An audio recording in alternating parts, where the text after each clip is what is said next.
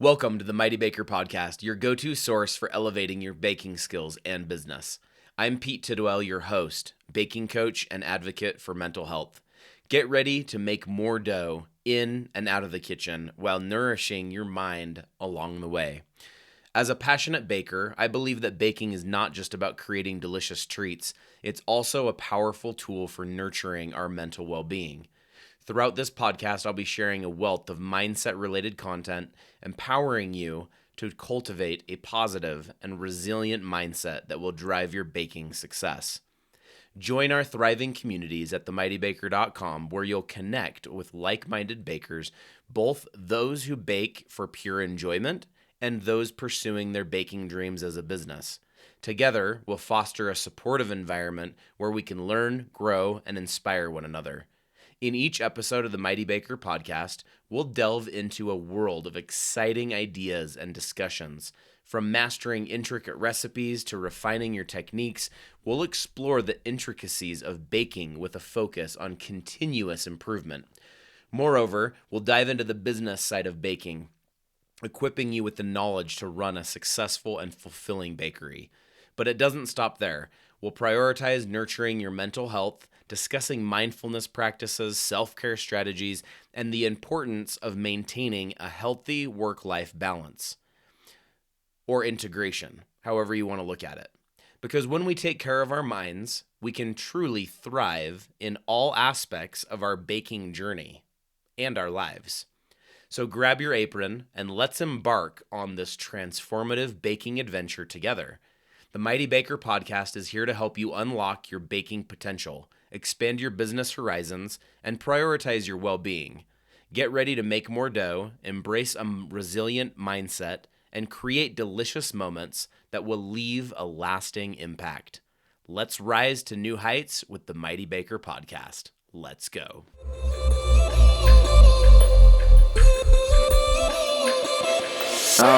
Okay.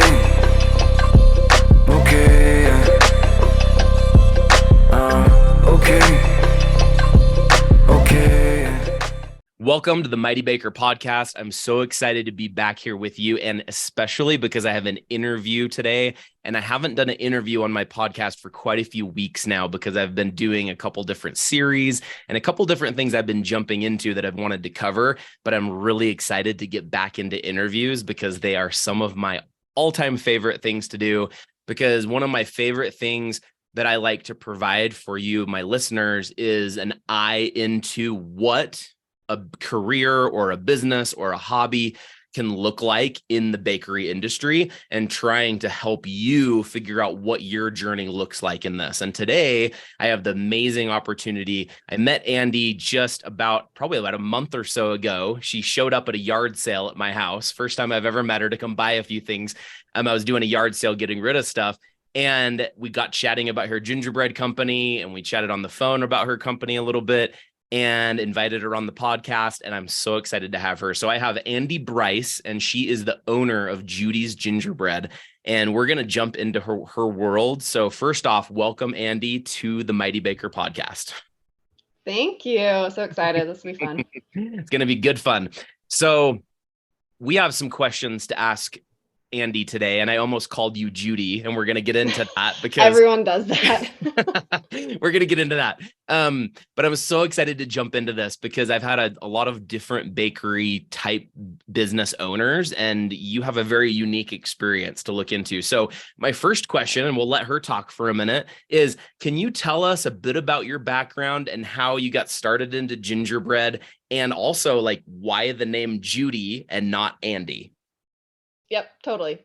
So my grandma Judy, so that's where the name's from. She started building gingerbread houses just with some women in her neighborhood, like almost 50 years ago. And it just got to be this big neighborhood thing. They started a whole gingerbread display. It got to be huge. And she just kept the tradition and passed it down to her daughter, my mom, and my mom did it with us all growing up. And then I decided to make a business out of it.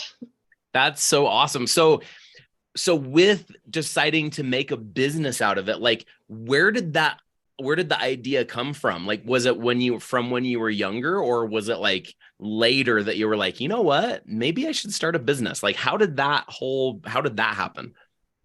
Yeah, so it was a little bit later. So my mom always just had a bunch of random people over at our house during gingerbread season, teaching them how to build gingerbread houses. We always had people asking us to teach them. And I told her, I was like, you could teach a lot more people if you like wrote an ebook or held workshops, something like that would be fun. And she basically was like, no, that does not sound fun. You can't make money doing that. Not interested. And so I was like, okay, then I'm going to. So I did. And now she helps me. And so Judy, she helps you with it still? So Judy's my grandma, Okay. and she still comes for photo shoots and videos and stuff. She's the Okay. best. Yeah. But then your mom helps with it, you said too. Yeah. Yeah. My mom and my Wow. sister come and help at workshops, and it's super fun. That is so fun. So it's kind of become a little bit of a family affair, it sounds like. Oh yeah. My little A little brother bit. bakes for me. My husband does some marketing stuff. It's the whole family. Oh, that's amazing. It's so fun. So as you've grown your business, how long ago was that you started Judy's Gingerbread? Maybe that's a good question to start asking there. Yeah, so I started it in 2019, and the goals and like whole idea of the business were completely different than they are now. My only goal at that point was just to write an ebook and host some workshops. And we sold like almost no ebooks and barely filled up a workshop. It was the most stressful thing ever. And I was like, I am never doing a workshop ever again. And then the next year was 2020, so I literally couldn't.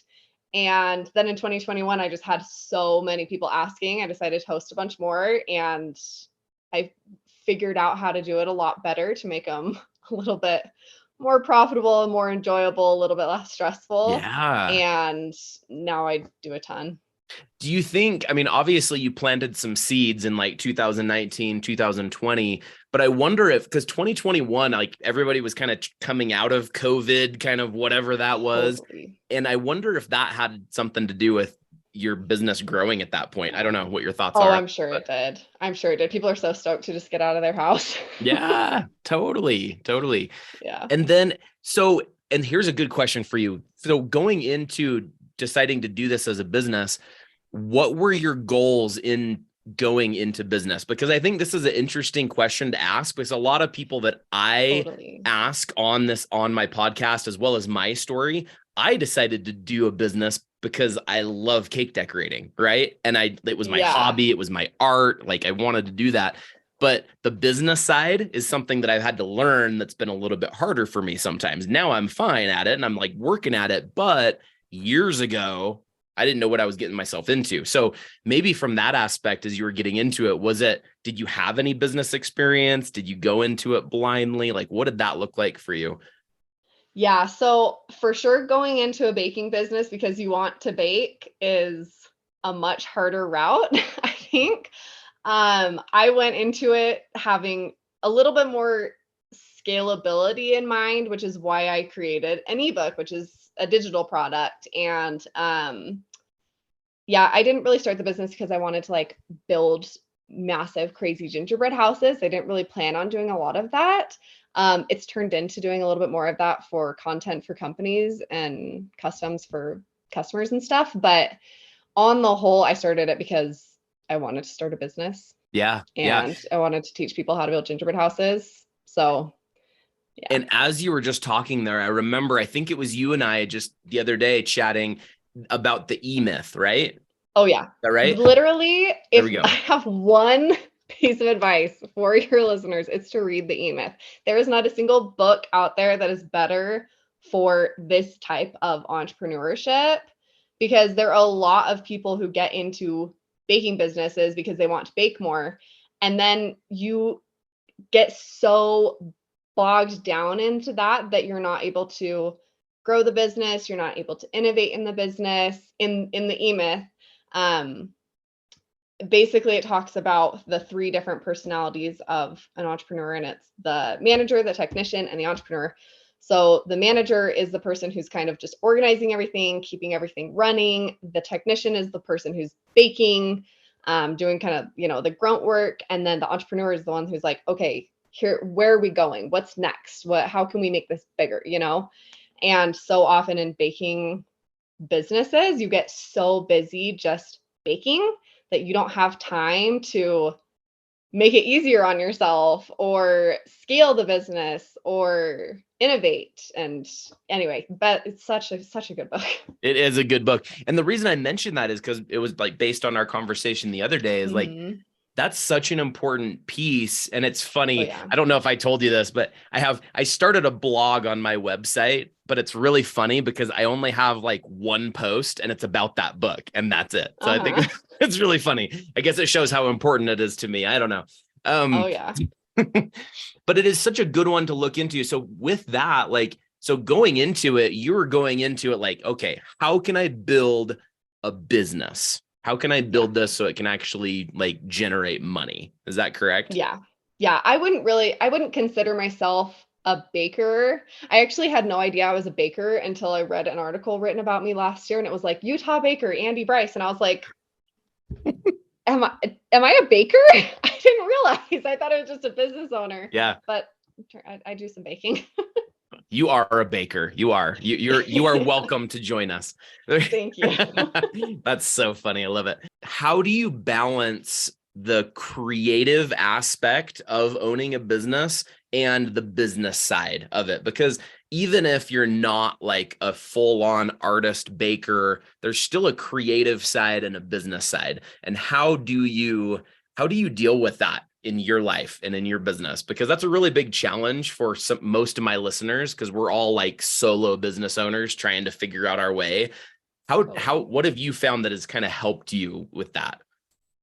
So I feel like I'm a little bit different in that I'm significantly more interested and like the business side comes easier to me. I kind of have to go at the creative aspect very analytically. So when I'm building a gingerbread house, it's not like, okay, what cool things can I do? It's like, okay, how exactly do I make something that does this thing that I need it to? Or what can I use that's this shape? Like it's very analytical and structural and, so I almost have to force myself to do the more creative stuff.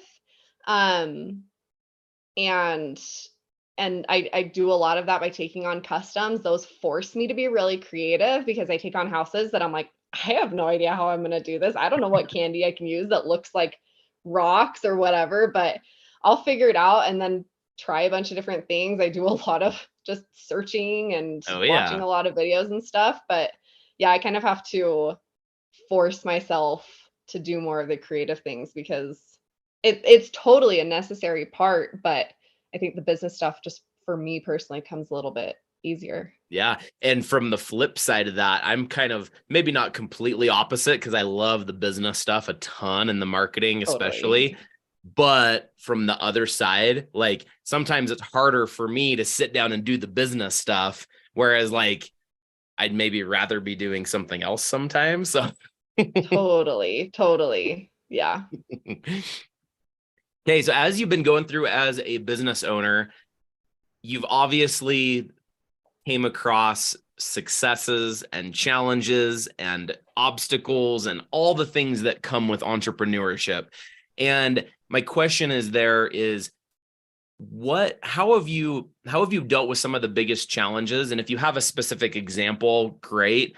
But if not, overall, how have you been able to overcome some of those challenges of just, there's a lot to deal with as a business owner. It's a lot to just all of a sudden take on, right?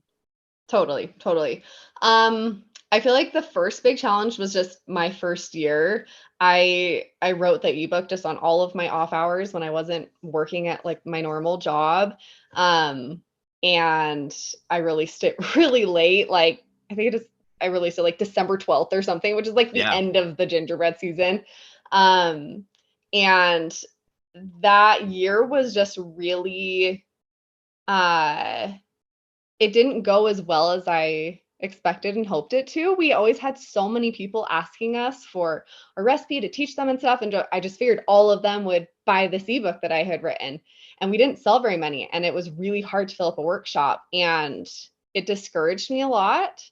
And it took me some time to realize like I was starting from nothing. It takes time. It takes a lot of time and a lot of effort. And going from there to like last year, we sold out of, I think, 15 or 16 workshops in like less than 2 days. And just getting to that point where I was like, no, it takes time. It's okay. It wasn't a failure. I learned a ton. And that ultimately helped in what I do now. But just being able to push past those hard times, yeah, it's hard. And being able to deal with like not having as many customers as you'd hope, or not being able to sell out of things, it just takes time.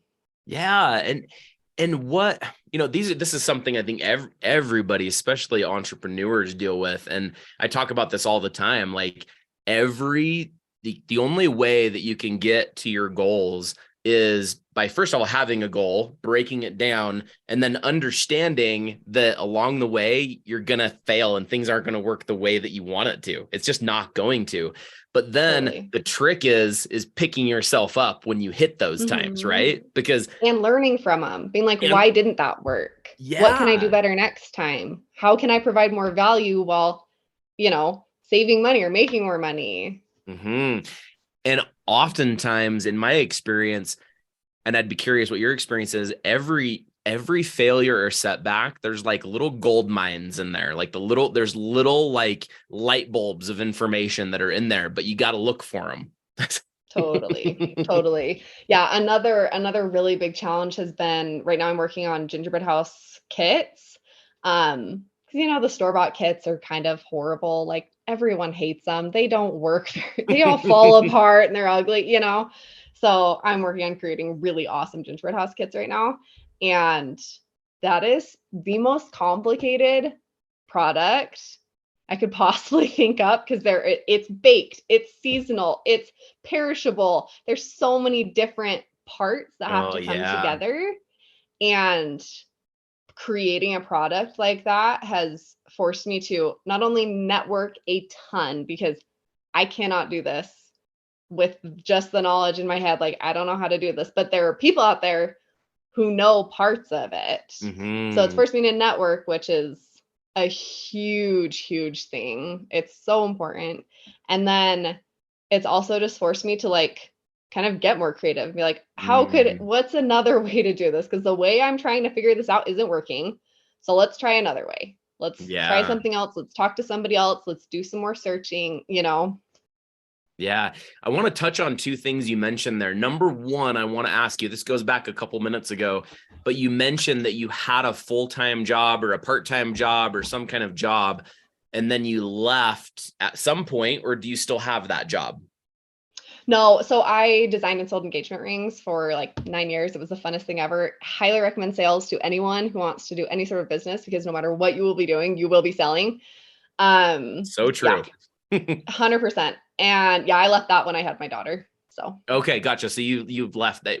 So it was more for leaving for your daughter than for your business, let's say. Yeah. Okay. Yeah. And I basically ended up not going back, mostly because of the business. I think if I would have be sacrificing a lot of time and effort that really needed to go to my business. And ultimately that ended up being a really good thing. Oh, that's awesome. So the next question I wanted to ask too is, you mentioned networking, and that's one I just wanted to ask you a question about, because I think there's a lot of people that listen to my podcast and that I coach that are all artists, and they like to be alone, decorating and doing their thing.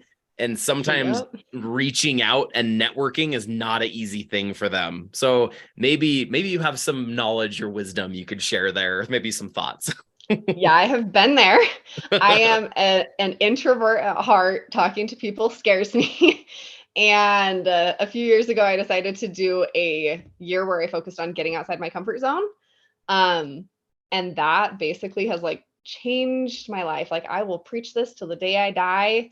I basically decided to take every opportunity that scared me, say yes to everything that came my way, talk to people that I normally would not have talked to, go to networking events, which is something that was absolutely terrifying at the beginning and now is like one of my favorite things. It just takes time and effort. And the more you get out of your comfort zone, the more you get to be comfortable with being uncomfortable. And then those things start coming easier. And yeah, that's the main thing. It's just, you just got to force yourself. Maybe that's the title of the podcast episode, getting comfortable with the uncomfortable. Yep. Because that's kind of what you're signing up for when you sign up to be a business owner, right? 100%. There's no such thing as a comfortable entrepreneur. Like, it's not doable. That's not possible. You have to get uncomfortable. Okay, so let's jump into your business a little bit. I want to hear about some of the things you have going on, because I look on your website and your Instagram, and it looks like you have a lot of different things going on. You've got some courses, you've got different streams of revenue with your kits and things. Walk us through maybe a little bit of like how you've built that out, because it looks like you've done it very purposely. So yeah. So yeah, like I said, I started with the ebook. That was kind of the main core of the business. And then we went into workshops, and the workshops have expanded. We do a lot of private workshops now, some public ones, and stuff for companies, things like that. And then I've built out my digital library a lot more, which we can talk about this more in a second, but cannot recommend digital products enough for bakers. It's a really good and important way to make money without having to trade your time for it. You make it once, and then it just makes you money from then on out. So yeah, I have the ebook. We filmed a digital course. I sell templates for gingerbread houses and just various digital products. And then I have some physical products as well. Supplies like icing bags and tips, wrapping paper, cards, kits, obviously is going to be the big thing this year. But yeah, we have a lot of different and then content. I build gingerbread houses for content for companies as well. Gotcha. Yeah. So I know also with a lot of my listeners that are at home, like I know there's plenty of people, including myself. Like, I'm actually starting finally after 10 years to start producing some recipe videos and those kind of things for YouTube and just content in general, because I've just never done it because I've been so busy, but also like wanting to create some digital products and those kind of things. And I know there's many of my listeners that are probably in the same boat, but even more behind of just like, what do I even do? Where do I even start? Because it's like, I think it's just too overwhelming, right? Like you talked about like recommending digital products, but then I think some people might be like, well, I don't know what to do. What does that mean? Yeah. So the first place I'd start, and this isn't exactly digital products, but the first place I'd start is affiliate revenue. So signing up for Amazon, Like to Know It, things like that, and just start making money through affiliates. That's another revenue source for me. It's not a huge part of what I do, but it's a little bit. Just to kind of dip your toe into that type of selling. And then just as far as digital products, I would say for sure, just figure out what makes you unique and figure out what it is that you do that is different than something you can just like Google and put it into an ebook, put it into a download, something like that. I also would suggest creating some sort of freebie and start collecting emails, just because email marketing is just like amazing and super necessary. Amen. Amen to that. I think that's huge. And really with my podcast and with everything I'm doing in my business, especially with my coaching, I'm really trying to put content out there with this and everything out there, so that people that are at home, that are hobby bakers, that think or want to open up a store someday, and they have this like fairy tale version of what that looks like. Let's really look at what it looks like, so that you can actually, because a lot of people will jump into that with that fairy tale vision, and then it will fail. and then they'll never touch it again because they're like, I don't know what I'm doing. And so Yep. I really appreciate you sharing your perspectives on things, because I think it really helps those at home. And this leads into my next question of, what advice would you give to, aspiring bakers at home that are wanting to take their skills to the next level and start a business and actually start, and whether it's digital or whether it's anything else, but from your business experience, what advice would you give to an individual that was kind of on the fence deciding what they're going to do? Totally. First I'd say to niche down, be unique. You've got to be doing something different than everyone else. And then also, again, do digital products, because again, you will, if you're starting a business to bake a lot, you're going to end up hating baking. Like, you get so bogged down in the baking, and it all goes back to the E-Myth. Everyone go read it. Yeah, totally. But Do it. you have to go into it understanding that you're going to be doing a lot of the business part, and you have to be excited and okay with that, because if not, you'll end up hating it. Like, it just gets so difficult to continually trading your time for money. Yeah. And to a certain point, like, if you're at the point where you're making really good money, you're super booked out, say you're booked out for 3 months, you need to raise your prices, because I mean, you raise your prices 20-30%, you can afford to lose 20 to 30% of your clientele, and you'd still make the same amount of money. So yeah, figuring out ways to trade less of your time for money. And then that's the great thing about digital assets, is you create it once. I mean, Canva literally makes it so easy, even for people who have no idea what they're doing, people who are not graphic designers. Get on Canva. It's so good. And yeah, start there and market through Instagram. TikTok is so good because you can explode on there. Market through influencers have been really awesome for me. There's so many ways to do it, but yeah, the main thing is, I think, just going to understanding that you will not just be baking, and to really consider, am I okay with that? Because it ends up being just a really big part of owning a business. Oh, I love it. Thank you. Okay, so next, what do you enjoy most about running your own business and owning your own business? And what keeps you motivated to continue being an entrepreneur and not just going to get a job? I love working for myself. I'm my favorite boss I've ever had. Me too. Yeah. I love myself as a boss. Right? I really love just the business owning. I think, like, at this point, it's like a game. It's like, how much more money can I make? How can I get in contact with this person or this company? And setting just my goals really, really high and be able to achieve those is like literally the funnest thing ever. And yeah, that's honestly my favorite thing, is like the game of running a business. I love it. It's really fun. And I love that perspective too, because oftentimes, especially after you've done a business for a little while, you can get bogged down on things, but it's those little mindset shifts. If you can switch it to something like you just said, like, hey, what can I do? How cool would it be if I could do this or whatever? And just being able to have that little mindset switch, I think, helps a lot.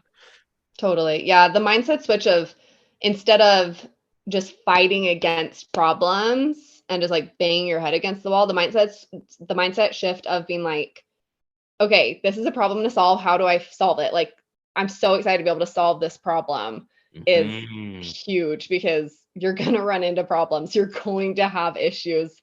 And if it's like this big monumental world ending thing every single time, it's not going to last very long. Well, so and also too, I was going to say, like, when you have things go wrong, sometimes if they're smaller, you have a tendency to maybe push them off to the side, but then they mount up into all these problems. So it's like, get it done. When they come up, get them done. Totally. 100%. Yeah. Okay, before I jump into my kind of lightning round of questions, can you give us a sneak peek into any exciting things you're working on, or also like where's the best place for people to make sure they know what's going on in your world and what you have coming up? Feel free to whatever you got coming up, Instagrams, websites, those kind of things. Okay. Exciting things is the main thing is kits. I've been working on that for years. I'm super excited about it, and I've got really big plans for the many future years coming for those. I'm also now just starting to pitch really big brands for content jobs for this year. I think I might be slightly early because like, hey, what are your marketing plans for December? Like, I don't know. Um, yeah, so, but I'm starting to work on that. I'm really excited about those because that's something that going into my business, I had no idea that was like an option. But it's been a really fun thing for me. Yeah, those are two really big fun things. Planning on more workshops and stuff this year. And yeah, main places are just my Instagram is at Judy's_gingerbread. TikTok's I feel like a little bit more fun, a little bit more casual. Same handle, and my email list is awesome because that's where everyone gets first dibs on everything on my email list. That's where I send everything first. They get early access to everything. So yeah. Okay. Well, and what I'll do is I'll make sure I get links from you and I'll put them in the show notes and make sure we have links in there. And then to everybody listening, whenever her gingerbread kits become available, I'll make sure that I post them on my page so that everybody can know that they exist. So, awesome. Okay, let's jump into this. I've just got a few fun questions I like to ask my interviews. So, what is the best concert that you've ever attended?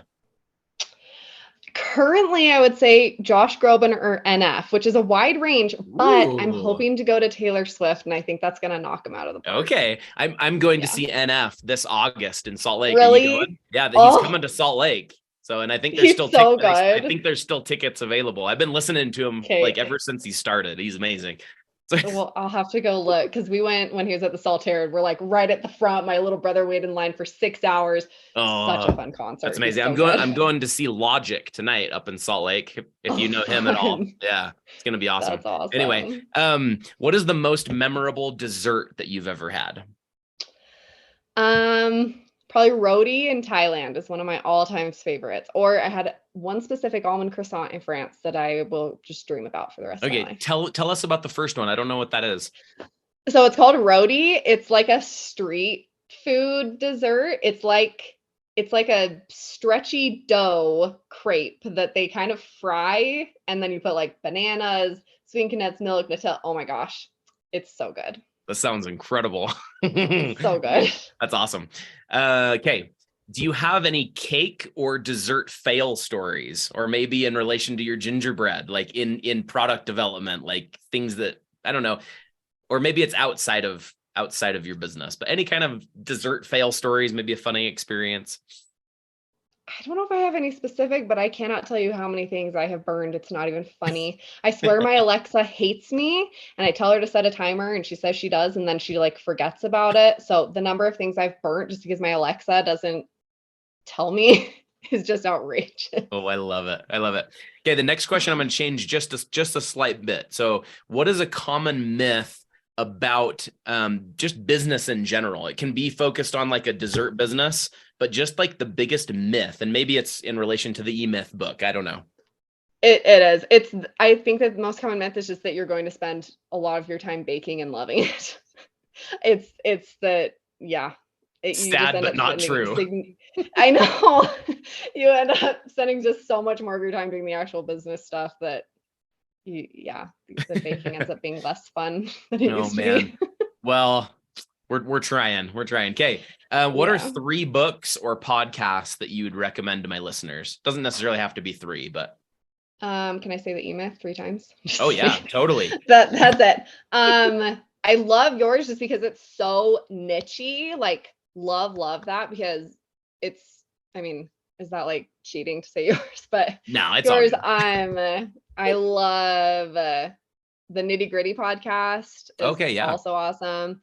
And how I built this is, everyone Hmm. loves that. It's great. It's just like I realize the more I listen to stories of other entrepreneurs, the more motivated I am. Hearing other people's wild success with their own really cool, unique things makes me very motivated to be successful in mine. So, Oh, me too. And that's one reason that you are here on my podcast and anybody that I invite on here, because that's one reason I want to have guests on here, is because I love listening to people's stories. And I'm like, there's not many stories of bakers out there. And I want to interview all totally. sorts of different ones, really successful ones, really struggling ones, like everybody, all the people. Cause I want people to realize and understand like what it looks like before they Totally. decide to jump into it, right? And not to try to scare people, but just to be real about it and be like, For hey, sure. here's some things to think about. And if you do think about them, you can have a successful business.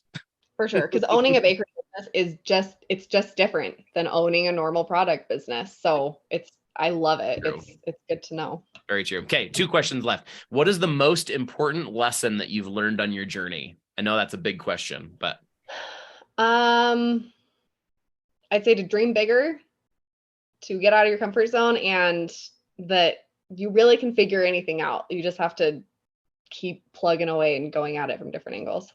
awesome. And then the last one is, what occupation other than what you're doing right now, or that you've never tried, that you would like to try, or that you've thought in your mind, like, oh, that would be fun?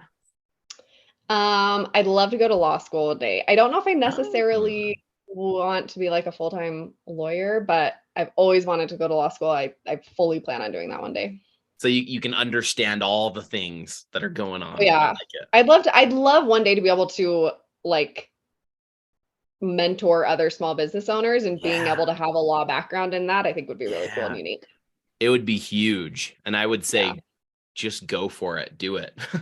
Yeah. there, I think there are so many, like, I think there's a need for people that have experience in this space to help out other people, and so Totally. many, like, and I wish, like, what I'm creating in my business is what I'm creating, what I wish would have existed when I started my business, right? Totally. And I That's what love I'm that. trying to create. And it's something like you're talking about, like being able to give back and help mentor and coach other people. That's huge. And I think there's so much Oh, value in what we've learned as business owners. And it's invaluable.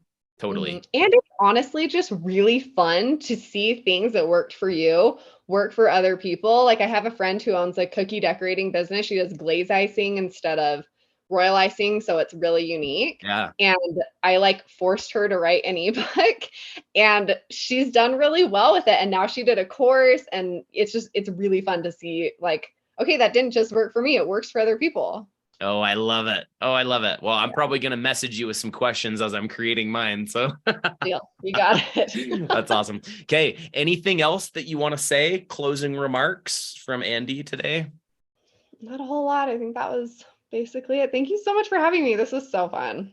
You are so I just like welcome. love what you're doing with this. Oh, thank you. It's so needed. It's great. Well, we've made it 1 year for episodes so far. So, Really? yep, I've done a That's awesome. weekly episode every week for just over a year. Yay. So, Well, and happy birthday. I'll be doing it for years for sure. It's one of my I favorite love things to it. do ever. So, thank you so much for all of you that have joined us today on today's episode. Thank you again to Andy coming to talk to us about her business. Please reach out to her if you have questions for her. Go follow her on Instagram, go to her website, check out what she has going on in her world. And other than that, we will see you next week on next week's episode of the Mighty Baker Podcast, and we'll see you later. Thanks for tuning in to the Mighty Baker Podcast. If you enjoyed this episode, please leave us a review on your favorite podcast platform to help us improve and reach more listeners. Don't hesitate to reach out to us on social media or through our website if you have any questions or feedback. Keep baking, stay inspired, and see you on the next episode.